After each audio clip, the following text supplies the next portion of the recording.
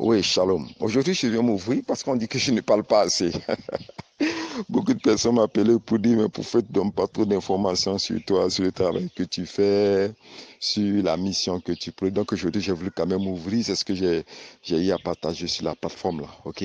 La vision du ministère, savoir qu'est-ce où on va avec le Seigneur, qu'est-ce qu'on veut réaliser pour Dieu. Et pour moi, c'est extrêmement important. Voilà. Je vais vous rappeler que de mon ministère, j'ai eu toujours envie d'expérimenter ce qu'on appelle le combat spirituel. J'ai pris goût à la prière. C'est-à-dire chaque entreprise ou chaque engagement avec le Seigneur nous pousse dans un secteur particulier. Les gens de ma génération, ils ont aimé le prophétique, les révélations, d'autres ont aimé beaucoup de choses, quoi. Il y a un qui était spécialiste dans l'évangélisation, tout et tout. Mais moi, j'étais toujours dans le groupe dans lequel on était, dans les années 2000, j'étais toujours axé sur le combat spirituel. J'aimais énormément déguster la prière, passer beaucoup de temps en chambre, me consacrer énormément à la prière. Je prenais toujours plaisir à ça, ce qui était un peu différent des autres. Et j'ai grandi avec ça durant des années jusqu'à ce que le Seigneur me confirme après ma consécration que j'ai eue en tant que prophète en 2013, qui me confirme véritablement le style de service dans lequel je devais être actif avec lui. Et il va me montrer que je suis un chef de guerre spirituelle qu'il a gradé, qu'il a établi pour qu'il y ait ce prophétique dans le combat spirituel. Et j'ai commencé à me démarquer plus des autres pour aller dans des camps de prière, pour des recueillements, pour des recherches. J'étais à la recherche de la vérité, des méditations, la Bible. Je lisais la Bible plusieurs fois en entièreté. Je cherchais toujours les secrets. Et c'est là que j'ai rencontré vraiment l'Esprit de Dieu qui m'a donné beaucoup de secrets sur les âmes spirituelles, sur les aptitudes du combat spirituel, sur comment est-ce qu'il faut avoir des techniques pour pouvoir dérouter l'ennemi, c'est-à-dire la sorcellerie. Il va me parler des confréries, des organisations, des confréries, des mystiques, tout et tout. Il va déchirer le voile et faire briller sa lumière pour que je puisse connaître ce qu'on appelle le royaume du mal. Et c'est à partir de ce moment que j'ai commencé a écrit énormément de livres, mettre à la disposition des chrétiens, voilà, des livres, des écrits, parce qu'au début c'était en brouillon, j'écrivais sur des papiers et j'enseignais, j'entraînais les personnes à la prière à travers les cellules de prière, des petites rencontres familiales, ainsi de suite, et ça commençait à prendre de l'ampleur et j'ai constaté que beaucoup de personnes me demandaient, donc je suis quitté du brouillon et nous avons commencé à écrire sur des papiers fins, montés, organisés en livres et c'est parti pour les premiers échantillons, tout et tout. Et de là, comme poussé par l'esprit, comme rempli par l'esprit, j'ai commencé encore à voyager pour pouvoir m'acquérir réellement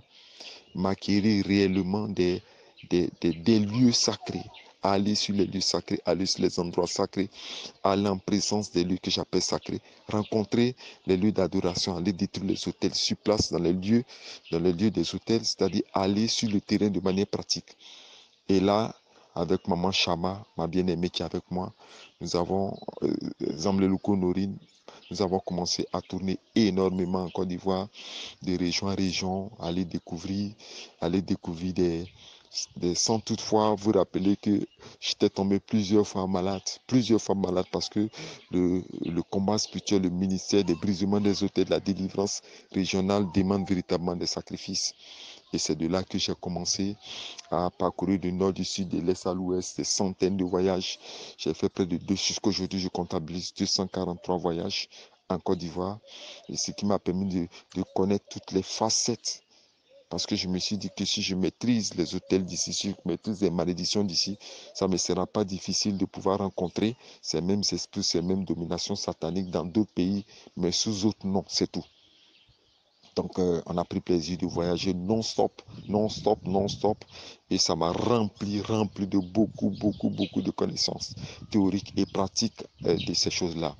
Et toutes ces expériences, j'ai présenté ça avec des bouquins, des livres que j'ai écrits. J'ai présenté ça au corps de Christ. J'ai présenté ça au corps de Christ de Côte d'Ivoire dans des centaines d'églises qui m'ont reçu avec bienveillance, mais qui véritablement, je crois que ne connaissaient pas. Ils étaient étonnés de ce mystère.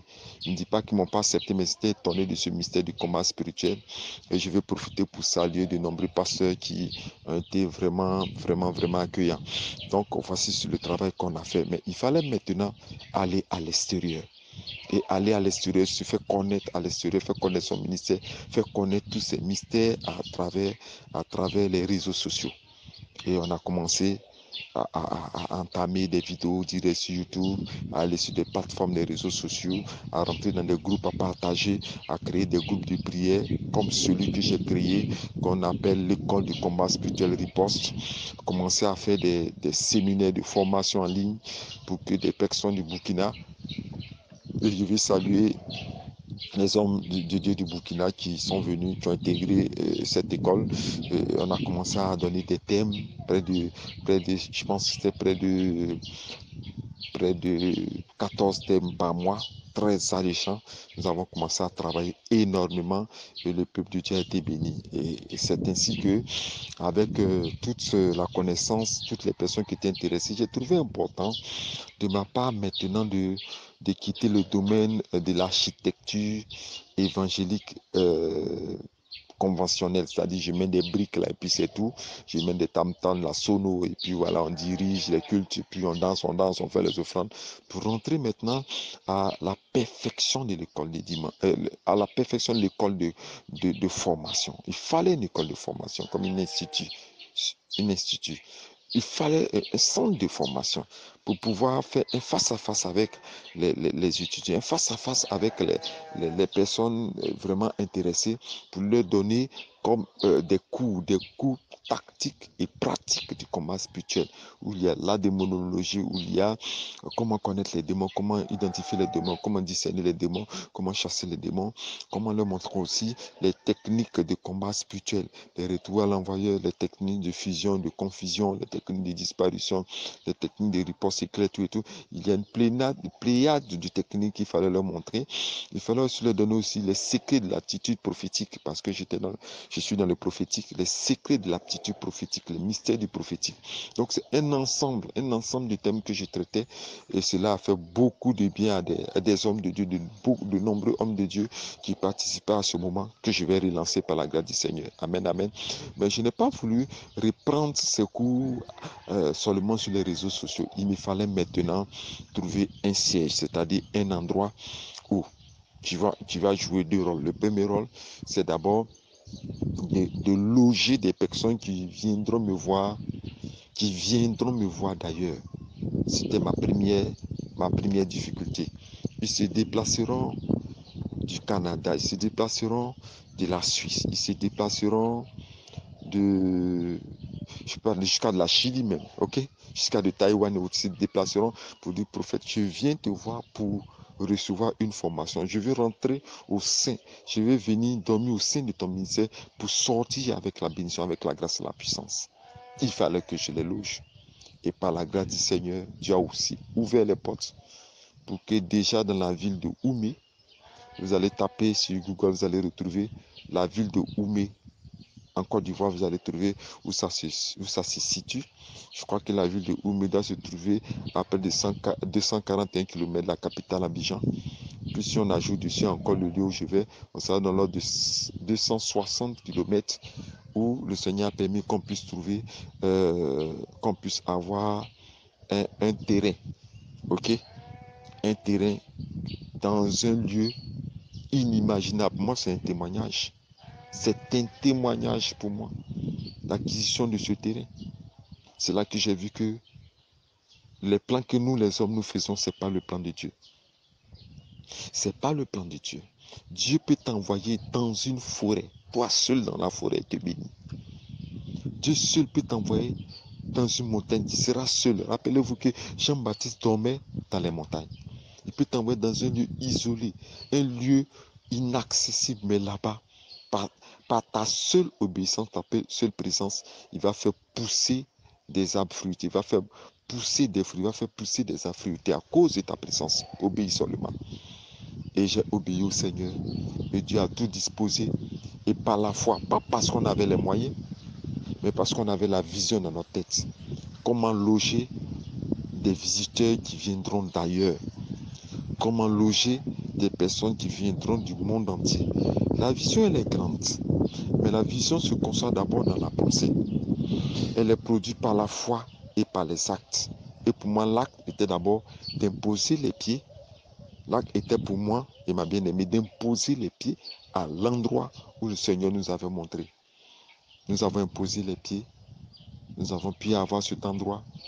Et nous-mêmes, nous avons pris la machette. Nous avons pris la daba. En Afrique, c'est comme ça que ça se passe. Nous avons nettoyé.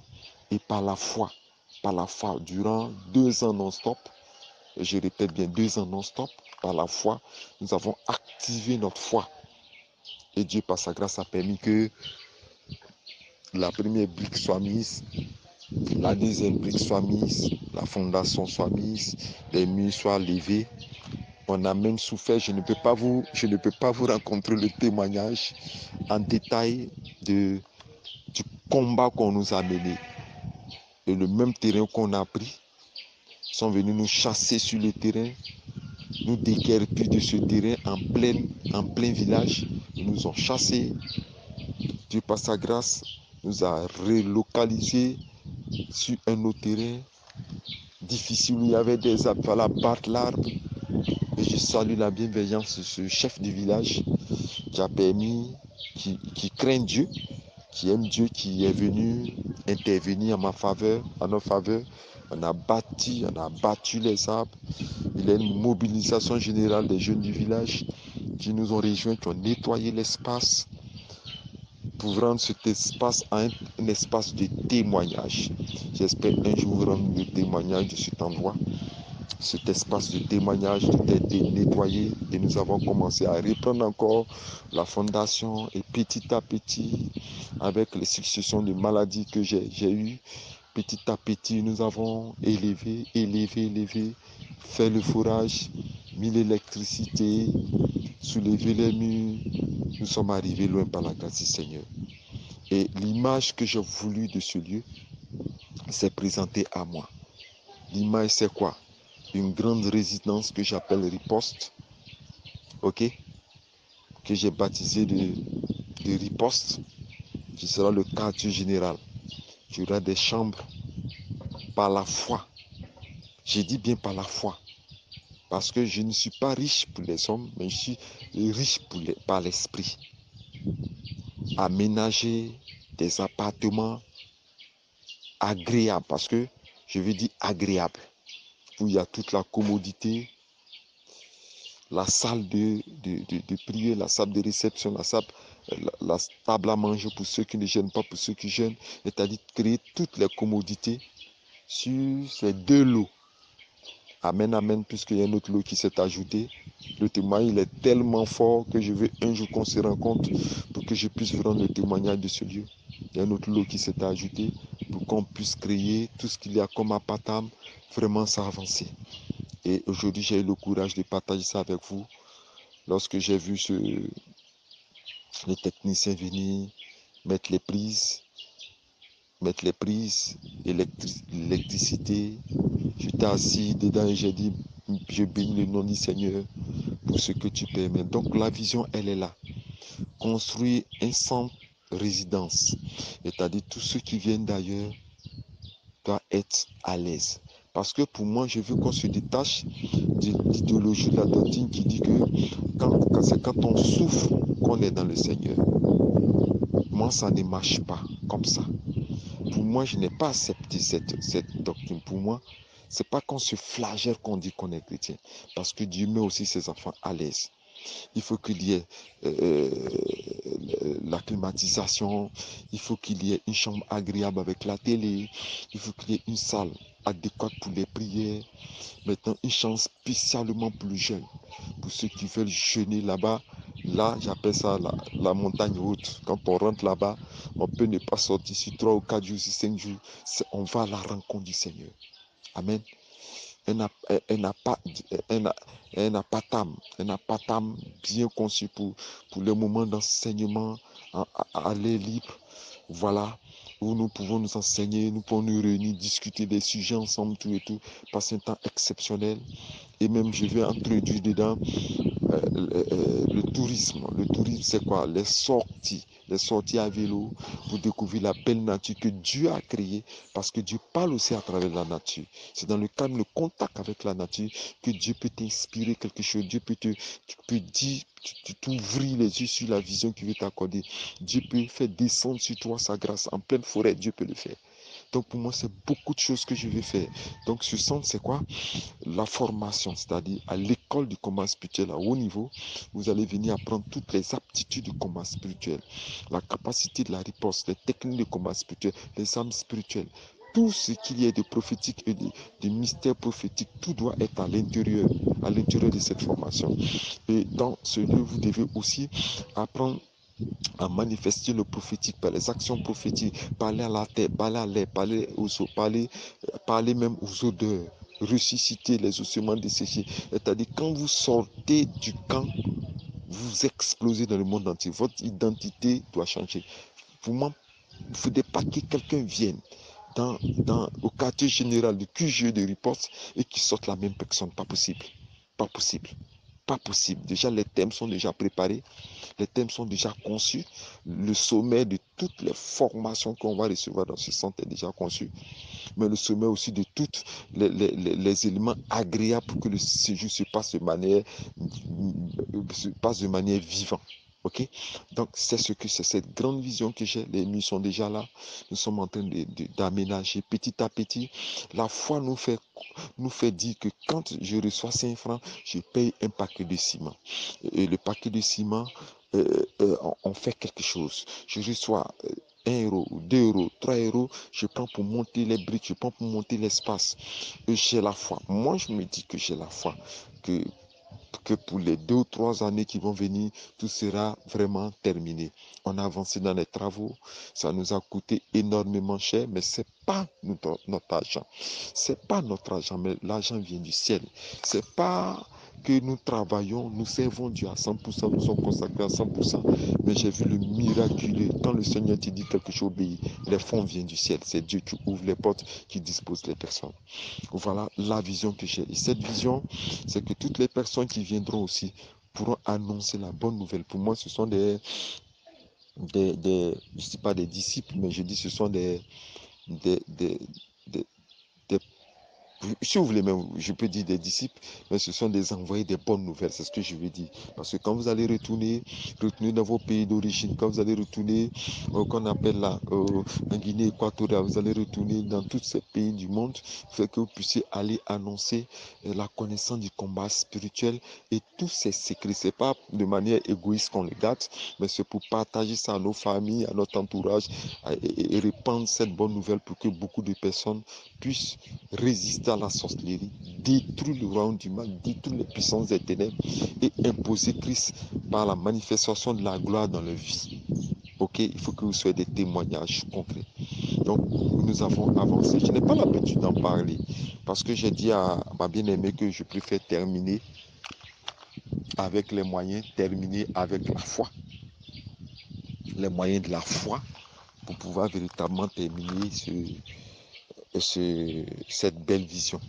Je pense que partager avec vous va déclencher la prière, partager avec vous va faire sortir de l'isolation pour révéler à la lumière l'œuvre bienveillante et bienfaiteur que le Seigneur donne à son serviteur de faire.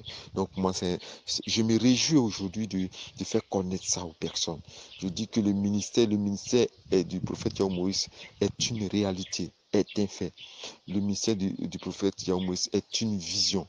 Le ministère du prophète Yahweh Moïse est une construction, est un établissement, est un lieu sacré, puissant que l'Éternel Dieu a voulu ainsi.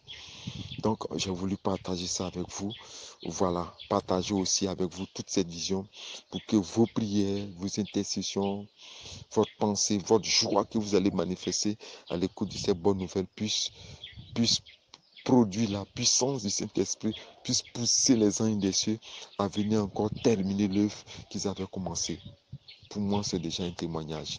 Il y a un jour, Dieu me donnera, fera la grâce de vous donner des détails des détails, et vous pouvez aussi m'appeler parce que je veux vous appeler aussi vidéo, conférence vidéo, en inbox, vous pouvez aussi m'appeler pour que je vous donne plus de détails, pour qu'on puisse se réjouir de ce travail énorme qui est fait. Et j'ai promis, comme je dis à une soeur, j'ai promis d'envoyer la vidéo pour que vous voyez où le travail est arrivé, que vous visitez déjà les locaux, vous rentrez déjà dans la chambre principale, dans les chambres qui sont de part et d'autre, vous visitez le salon, vous visitez l'extérieur, tout et tout. Avec des photos, vous allez voir déjà ce que le Seigneur a commencé à faire. Et par la positivité de votre pensée, la positivité de vos vœux, cela puisse véritablement se terminer de manière glorieuse. C'est ce que j'ai voulu vous apporter. Que Dieu vous bénisse. Que sa grâce demeure sur votre vie. Que le Seigneur vous bénisse. Au nom de Jésus-Christ. Amen.